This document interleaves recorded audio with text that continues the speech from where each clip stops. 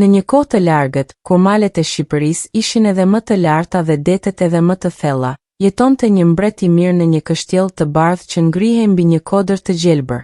Kështjella ishte aq e bukur sa që udhëtarët nga të gjitha anët e botës vinin vetëm për ta parë. Muret e saj të bardha shkëlqenin në diellin si argjendi, dhe kullat e saj të larta prekeshin me rreth. Mbreti kishte një bi, princeshën Mirela, që ishte bukuria më e madhe e gjithë mbretërisë.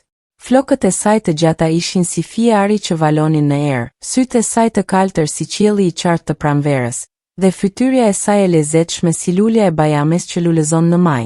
Por çka e bënte princeshën Mirela të veçantë nuk ishte vetëm bukuria e saj, ishte zgjuarësia dhe zemra e saj e mirë. Megjithatë, princesha Mirela kishte një të fshehtë që askush në mbretëri nuk e dinte. Ajo nuk kishte folur asnjë fjalë që prej ditës që erdhi në botë. Jo se nuk mund të fliste, ajo kuptonte gjithçka që i thonin dhe komunikonte me shenja dhe me sytë e saj të mençur. Por zëri i saj kishte heshtur që prej lindjes. Mbreti ishte i shqetësuar për bien e tij. Ai kishte thirrur mjekët më të mirë nga të gjitha vendet, magjistarët më të ditur nga malet e largëta, dhe dëshmorët më të shenjtë nga manastiret e fshehta. Por askush nuk kishte mundur ta ndihmonte princeshën Mirela të gjente zërin e saj. Një ditë, ndërsa mbreti ulej në fronin e tij të artë dhe mendonte për hallet e tij, erdhi tek ai një grua e vjetër me petkun e zi dhe sytë e ngjyrës së detit të stuhishëm. Ajo ishte plaka e urtë e maleve, që njihej në të gjithë vendin për diturinë e saj të madhe. O mbret i nderuar, tha plaka me zërin e saj të butë, dëgjova për hallet e tua dhe për princeshën tënde të dashur. Unë di se çfarë e mban zërin e saj të burgosur. Mbreti u ngrit me shpresë nga froni. Thuaj, o plakë e urtë, çfarë mund të bëj për të ndihmuar bien time? Plaka e vjetër ulet në karrigen që i ofroi mbreti dhe filloi të tregojë. Kur princesha Mirela lindi, 3 zanave u dhan fuqit për ta bekuar atë. Zana e parë i dha bukurinë që te i kalon çdo bukuri tjetër. Zana e dytë i dha një zemër të mirë dhe një mendje të mençur. Por zana e tretë, e zemëruar se vajza nuk do të ishte e saj, ja mori zërin dhe e fsheu atë diku larg. Ku, pyeti mbreti me ankth. Zëri i princeshës së tuar është i fshehur në lulen e artë që rritet në majën e malit të ujshërve, atje ku rret prekin tokën dhe ku dielli i parë i ditës i jep ngjyrë qiellit. Por rruga drejt asaj lule është e vështirë dhe e rrezikshme. Vetëm ai që ka zemrën e pastër dhe qëllimet e mira mund ta gjejë atë. Mbreti menjëherë dërgoi thirrje në të gjithë mbretërinë. Kush do të sjellë lulen e artë për princeshën Mirela, do të marrë dorën e saj dhe gjysmën e mbretërisë. Lajmi përhapet si era në të gjithë vendin. Nga të gjitha anët erdhën kalorës të guximshëm, princër të pasur dhe luftëtar të famshëm. Por të gjitha ta kishin në zemër vetëm dëshirën për të fituar mbretërinë dhe dorën e princeshës së bukur, jo për ta ndihmuar atë. Një nga të parët që erdhi ishte princi Draco nga mbretëria fshinje. Ai ishte i gjatë dhe i fortë, me armë të shkëlqyera dhe kalë të shpejtë. Unë do ta sjell lulen e artë, thiri ai me zërin e tij të fuqishëm. Asgjë nuk mund të më ndalë. Princi Draco u nis me një ushtri të vogël drejt malit të ujshërve. Por kur arriti në rrez të malit, u ndal sepse rruga ishte e mbushur me shkëmbinj të mëdhenj dhe humner të thella. Në vend që të vazhdonte me durim, ai u zemërua dhe filloi të urdhëronte ushtarët e tij të prishin rrugën me forcë. Por sa më shumë që ata të përpiqeshin, aq më shumë pengesa shfaqeshin. Në fund, i lodhur dhe i dështuar, princi Draco u kthye në shtëpi. Pas tij erdhi kalorësi Agron, një njeri i famshëm për guximin e tij. Unë nuk kam nevojë për ushtri, tha ai. Do të shkoj vetëm dhe do ta sjell lulen. Kalorësi Agron filloi të ngjitej në mal me shpejtësi të madhe, por rruga bëhej gjithnjë më e vështirë. Kur arriti në mes të malit, gjet një lum të gjerë që nuk mund të kalohej. Në vend që të kërkonte një rrugë tjetër ose të priste me durim, ai u përpoq ta kalojë me forcë. Por lumi ishte shumë i fuqishëm dhe ai u rrëzua nga kali. I lagu dhe i turpëruar, edhe ai u kthye në shtëpi. Ditë pas dite vinin kalorës të rinj, por të gjithë dështonin për të njëjtën arsye. Ata mendonin vetëm për veten e tyre dhe për shpërblimin, jo për princeshën Mirela dhe vuajtjet e saj. Ndërkohë, në një fshat të vogël në këmbët e malit, jetonte një djalë i ri që quhej Besnik. Ai ishte biri një bujku të thjeshtë, por kishte një zemër më të artë se i gjithë ari i botës. Besnik kishte dëgjuar për princeshën Mirela dhe për hallet e saj, dhe zemra e tij vuante për të. Nëna, i tha ai nënës së tij një mbrëmje ndërsa u leshim pranë vatës, unë dua të përpiqem ta ndihmoj princeshën.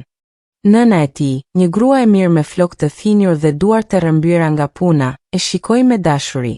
Biri imi, ti ke zemrën e mirë, por je vetëm një bujk i thjesht. Si mund të arrish atë që nuk kanë mundur as princerit e mëdhenj? Nuk e di nëse do të mundem, tha Besnik, por nuk mund të rri pa bërë asgjë kur dikush vuan. Nëse kam dështuar, të paktën do të jemi qetë se kam provuar. Nëna e tij e puthi në ball. Shkov biri imi. Zoti të bekoftë rrugën. Besnik nuk kishte kalë të shkëlqyer as armë të shtrenjta. Ai mori vetëm çantën e tij të vjetër, pak bukë që i dha nëna dhe shkopin e tij prej druri. Kështu filloi udhëtimin drejt malit të ujshërve. Kur arriti në rrëz të malit, edhe ai gjeti rrugën e mbushur me pengesa. Por në vend që të zemërohet, Besnik filloi të lëviz shkëmbinjt një nga një me durim dhe qetësi. Ndonjëherë punonte orë të tëra për të lëvizur vetëm një shkëmb, por ai nuk u dorëzua kurrë. Ndërsa punonte, dëgjoi një zë të dobët që thëriste ndihmë. Prapa një shkëmbi të madh gjeti një lepur të vogël që kishte mbetur i ngatëruar në një degë të rëndë. Besnik menjëherë la punën e tij dhe ndihmoi lepurin e vogël. Faleminderit, djali i mirë, tha lepuri me zërin e tij të hollë. Si mund të shpërblej për mirësinë tënde? Besnik buzëqeshi. Nuk kam nevojë për shpërblim. Jam i lumtur që të ndihmova. Lepuri i vogël e shikoi me sytë e tij të ndritur. Megjithatë, unë do të ndihmoj. Kur të kesh nevojë për mua, thërrit emrin tim vrapuesi i shpejt dhe unë do të vi. Besnik vazhdoi rrugën. Kur arriti në lumën e gjerë, filloi të kërkonte një mënyrë për ta kaluar. Ndërsa ecte përgjatë bregut, dëgjoi përsëri një zë që kërkonte ndihmë. Ishte një peshk i vogël që kishte mbetur i ngatëruar në rrjetat e një peshkatari.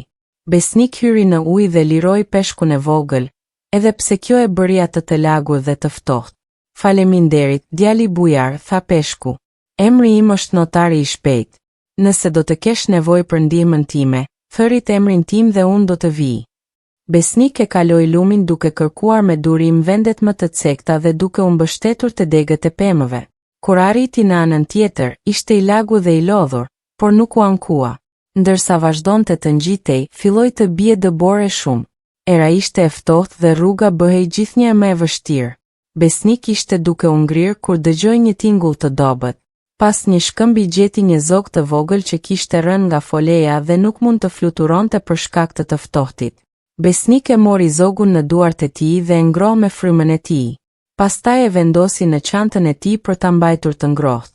Faleminderit, mik i mirë, cicëriu zogu i vogël. Emri im është fluturari i shpejt. Nëse do të kesh nevojë për mua, thërrit emrin tim. Besnik vazhdoi udhëtimin me zogun e vogël në çantë. Ngjitja bëhej gjithnjë më e vështirë, por ai nuk u dorëzua. Kur arriti pranë majës së malit, ajri ishte bërë aq i hollë sa mezi mund të merrte frymë. Këmbët i dhimbshin dhe duart i ishin ngri, por ai mendonte vetëm për princeshën Mirela dhe vuajtjet e saj. Në fund, kur dielli po perëndonte dhe qielli po mbushej me ngjyra ari dhe vjollce, Besnik arriti në majën e malit të ujshërve. Atje, në një vend të vogël të mbrojtur nga erërat, gjeti lulen e artë. Lulja ishte më e bukur se çdo gjë që kishte parë ndonjëherë. Petalet e saj ishin të artë të vërtet dhe shkëlqenin si vije. Në qendër të lules kishte një dritë të butë që i jepte ngrohtësi gjithë ajrit përreth. Por kur Besnik shtriu dorën për ta marrë lulen, një zë i thellë i tha, ndalonu. Kush je ti dhe pse do ta marrësh lulen e artë? Besnik shikoi rreth dhe pa një dore të madhe guri që lëvizte dhe fliste. Ishte ruajtësi i lules, një gjigant guri që kishte qenë vendosur atje për të mbrojtur lulen. Emri im është Besnik, tha djali i ri pa frikë. Kam ardhur të marr lulen për princeshën Mirela, që ajo të gjejë zërin e saj. Shumë kanë ardhur para teje, tha ruajtësi me zërin e tij që jehonte si gjemimi. Të gjithë thonin se donin ta ndihmonin princeshën, por të gjithë mendonin vetëm për veten. Çfarë të bën ty ndryshe? Besnik mendoi për një moment. Nuk e di nëse jam ndryshe. E vetmja gjë që di është se zemra ime vuan kur shoh dikë që vuan, dhe nuk mund të rri pa bërë asgjë nëse mund të ndihmoj. Ruajtësi e shikoi me sytë e tij të mëdhenj gur. Trego më shumë. Si erdhe deri këtu? Besnik tregoi për udhëtimin e tij, për lepurin, peshkun dhe zogun që kishte ndihmuar, dhe se si nuk kishte menduar kur për veten e tij, por vetëm për atë se si mund t'i ndihmonte të tjerëve. Tha ruajtësi. Fjalët janë të mira, por veprat janë më të mira. Do të jap 3 sfida. Nëse i kalon, do të marrësh lulen. Nëse dështon, do të kthehesh në shtëpi me duar bosh. Jam gati, tha Besnik. Sfida e parë, tha ruajtësi. Duhet të arrish deri te lumi që rrjedh në anën tjetër të malit dhe të sjellësh ujë në këtë gotë, dhe nxori një gotë të vogël prej ari. Por duhet ta bësh këtë brenda 1 ore, dhe rruga është shumë e gjatë për këmbët e njeriut. Besnik mori gotën dhe filloi të vrapoj sa më shpejt që mundi, por shpejt kuptoi se nuk do të arrinte dot në kohë. Atëherë u kujtua për lepurin e vogël. Vrapuesi i shpejt, thirrri ai. Menjëherë shfash lepuri i vogël që kishte shpëtuar. Si mund të ndihmoj, miku im? Besnik i shpjegoi situatën, dhe lepuri i vogël e mori gotën. Hipu në shpinën time, tha ai, dhe mbaju fort. Sa të thoshte, lepuri u rrit në madhësinë e një kali dhe filloi të vrapoj me shpejtësi të pabesueshme. Në pak minuta arritën te lumi e mbushën gotën, dhe u kthyen te ruajtësi. Sfida e parë u kalua, tha ruajtësi me një ton pak më të butë. Sfida e dytë. Duhet të sjellësh një perlë nga thellësia më e madhe e detit që ndodhet në këmbët e malit. Por deti është larg dhe i thellë. Besnik filloi të zbres nga mali, por përsëri kuptoi se kjo do të ishte e pamundur pa ndihmë. Kur arriti te deti, thirri, notari i shpejt. Shfash peshku i vogël që kishte liruar nga rrjeta. Çfarë mund të bëj për ty? Besnik i shpjegoi nevojën, dhe peshku u rrit në madhësinë e një delfini. Hip në shpinën time, tha ai, dhe zhytën thellë në det. Në thellësinë më të madhe gjetën një perlë të madhe dhe të bukur si hëna. Kur u kthyen te ruajtësi, ai mori perlën dhe tha, sfida e tretë dhe e fundit. Duhet të sjellësh një re nga qielli më i lartë. Kjo dukej e pamundur, por Besnik thirri, fluturari i shpejt. Zogu i vogël shfash dhe u rrit në madhësinë e një shqipnje të madhe. Hip në shpinën time, tha ai, dhe fluturuan lart, derisa prekën rreth më të larta të qiellit. Fluturari i shpejt e mblodhi një copë re në kthetat e tij dhe zbritën poshtë. Ruajtësi mori rrezen dhe për një moment mbeti i heshtur. Pastaj ngadalë fytyra e tij e gur filloi të buzëqesh. Ti je i vërteti, tha ai. Jo vetëm se ke zemrën e pastër, por edhe miqësia yt tregon se je njeri i mirë. Ata që të ndihmuan nuk e bën këtë për shkak të forcës ose të fuqisë, por për shkak të mirësisë që u tregove. Merr lulen e artë, ti e meriton atë. Besnik mori lulen me duar që i dridheshin nga emocionet. Lulja ishte edhe më e bukur nga afër, dhe ai ndjeu një ngrohtë si të ëmbël që i rrjedh në përzemër. Por kujdes, i tha ruajtësi. Lulja duhet t'i jepet princeshës nga dikush që e do me të vërtet, jo për pasuri apo famë, por me zemër të pastër. Nëse nuk është kështu, lulja do të fishket dhe zëri i princeshës do të humbet përgjithmonë. Besnik e falenderoi ruajtësin dhe filloi udhëtimin e kthimit. Miqët e tij të vegjël e shoqëruan një pjesë të rrugës, por kur arriti në këmbët e malit, ata u përshëndetën dhe u kthyen në shtëpitë e tyre. Kur Besnik arriti në kështjell, gjeti një turm të madhe njerëzish që prisnin.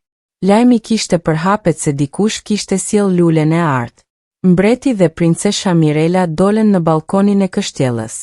Besnik u përuls përpara mbretit dhe nxori lulen nga çanta.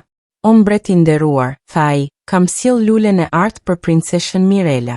Të gjithë prisnin të shihnin një kalorës të fuqishëm me armë të shkëlqyera, por pan vetëm një djalë të thjesht bujku me rroba të dhëa dhe të shtruara. Disa filluan të qeshnin. Ky është vetëm një bujk, thiri dikush nga turma. Si mund të ketë sjell ai lulen e artë?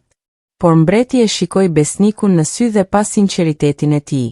Princesha Mirela nga ana e saj, kur e pa djalin e ri, ndjeu diçka të çuditshme në zemrën e saj, një ngrohtësi që nuk e kishte ndjer kurrë më parë. Qashu djali im, tha mbreti. Lërm ta shoh lulen. Besnik ja dha lulen mbretit që shikoi me kujdes. Lulja shkëlqente me një dritë të bukur dhe të pastër. Kjo është me të vërtet lulja e artë, tha mbreti me çudi. Por si mundet ti, një djali i thjesht, ta arrish atë që nuk mundën as luftëtarët më të famshëm? Besnik tregoi të gjithë historinë e tij, duke filluar nga dëshira e tij për të ndihmuar princeshën deri te aventurat e tij në mal. A I tregoi për miqtë që kishte ndihmuar dhe që pastaj e kishin ndihmuar atë, dhe për sfidat që kishte kaluar.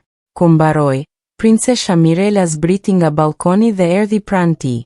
Ajo e shikoi në sy dhe për herë të parë në jetën e saj ndjeu se donte të fliste, se kishte diçka të rëndësishme për të thënë. Mbreti mori lulen dhe ja afrua bies së tij. Mira ime, tha ai, merr lulen dhe shiko nëse ajo do të jap zërin. Princesha Mirela mori lulen në duart e saj. Menjëherë, lulja filloi të shkëlqejë edhe më shumë, dhe një dritë e butë ari e rrethoi princeshën. Të gjithë mbajtën frymën, por asgjë nuk ndodhi. Princesha ende nuk mund të fliste. Disa nga njerëzit në tum filluan të murmuritnin. Lulja nuk punon, tha dikush. Ai na ka gënjur. Besnik ndjeu zemrën që I këputet. A ishte e mundur që të kishte dështuar? A ishte kjo lulja e gabuar? Por pastaj u kujtua fjalët e ruajtësit. Lulja duhet t'i jepet princeshës nga dikush që e do me të vërtet. Besnik e shikoi princeshën Mirela, dhe ndjeu se zemra e tij I rre më shpejt. Ai e dinte se e donte atë, jo për bukurinë e saj apo për mbretërinë, por për mirësinë që shite në sytë e saj, për vuajtjen që kishte parë në fytyrën e saj ku mësoi për problemin e saj. Princesha Mirela, tha ai me zë të butë, nuk e marr këtë lule për shpërblim apo për famë. E solla për ju sepse zemra ime nuk mund të duroj të shoh dikë që vuan kur mund të ndihmoj. Ju lutem, merreni këtë lule si një dhuratë nga zemra ime. Ndërsa ai fliste, lulja në duart e princeshës filloi të shkëlqej edhe më shumë. Petalet e saj filluan të shkriheshin në një dritë të artë që filloi të hynte në gojën e princeshës. Papritur, princesha Mirela ndjeu diçka që ndryshonte në fyt. Ajo provi të flasë dhe doli zëri. Faleminderit, tha ajo me një zë të bukur si kënga e bilbilit në mëngjes. Faleminderit, besnik I mirë. Turma shpërtheu në brohoritje gëzimi. Mbreti filloi të çajë nga lumturia. Princesha Mirela mund të fliste së fundi. Si e di emrin tim, pyeti besnik me çudi. Princesha buzëqeshi.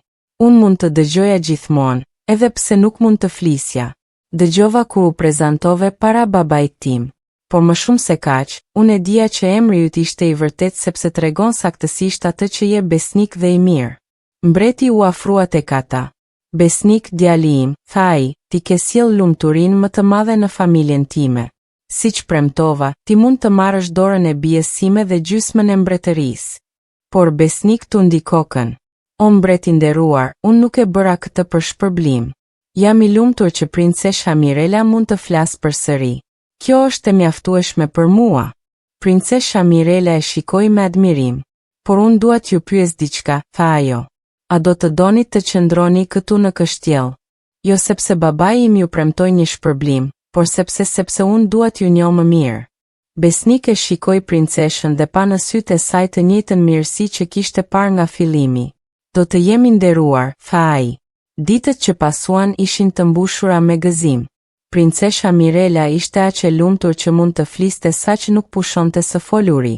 Ajo fliste me shërbëtorët, me rojat, me njerëzit e thjesht që vinin në kështjell. Por më së shumti donte të fliste me besnikun. Ata kalonin orë të tëra duke ecur nëpër kopshtet e kështjellës, duke folur për gjithçka, për ëndrat e tyre, për shpresat e tyre, për botën e bukur që I rrethonte. Besniki tregonte asaj për jetën në fshat, për njerëzit e thjeshtë dhe të mirë që jetojnë atje.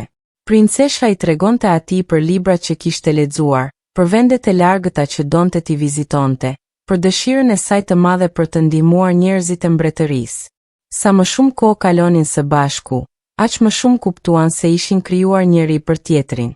Ata nuk ishin të ndryshëm në zemër, edhe pse ajo ishte princesh dhe ai ishte bujk. Të dy kishin të njëjtën dëshirë për të ndihmuar tjerët, të njëjtën dashuri për drejtësinë dhe mirësinë. Një ditë, ndërsa u leshim pranë një liçeni të vogël në kopshtet e kështjellës, princesha Mirela I tha besnikut: "A e dini se çfarë është gjëja më e bukur e të folurit?" "Jo," tha besnik. "Çfarë?" "Të mund t'i them dikujt se e dua," tha ajo duke u skuqur. Besnik e mori dorën e saj në të tijat. "Dhe gjëja më e bukur e të dëgjuarit," tha ai, "është të dëgjoj se dikush të do." "Unë ju dua, besnik," tha princesha. "Edhe unë ju dua, princesha Mirela," tha ai. Dhe kështu, në hijen e pemëve të lulëzuara në kopshtet e kështjellës, Ata premtuan njëri tjetrit dashuri të përjetshme. Martesa e tyre u bë festa më e madhe që kishte parë kurrë mbretëria. Njerëzit nga të gjitha anët e vendit erdhën për ta festuar. Lepuri i vogël, peshku i vogël dhe zogu i vogël erdhën gjithashtu, dhe besnik i prezantoi të gjithëve si miqtë e tij më të mirë. Plaka e urtë e maleve erdhi gjithashtu, dhe kur e pa princeshën Mirela duke folur dhe duke qeshur, ajo buzëqeshi me kënaqësi. Zëri yt nuk ishte me të vërtetë i humbur, i tha ajo princeshës. Ai ishte thjesht duke pritur personin e duhur që ta lironte, dikë që të donte me zemër të pastër. Mbreti i dha besnikut titullin e princit dhe një pjesë të mbretërisë për ta qeverisur. Por besnik dhe Mirela vendosën se do të jetonin ndonjëherë në kështjell dhe ndonjëherë në fshat, që të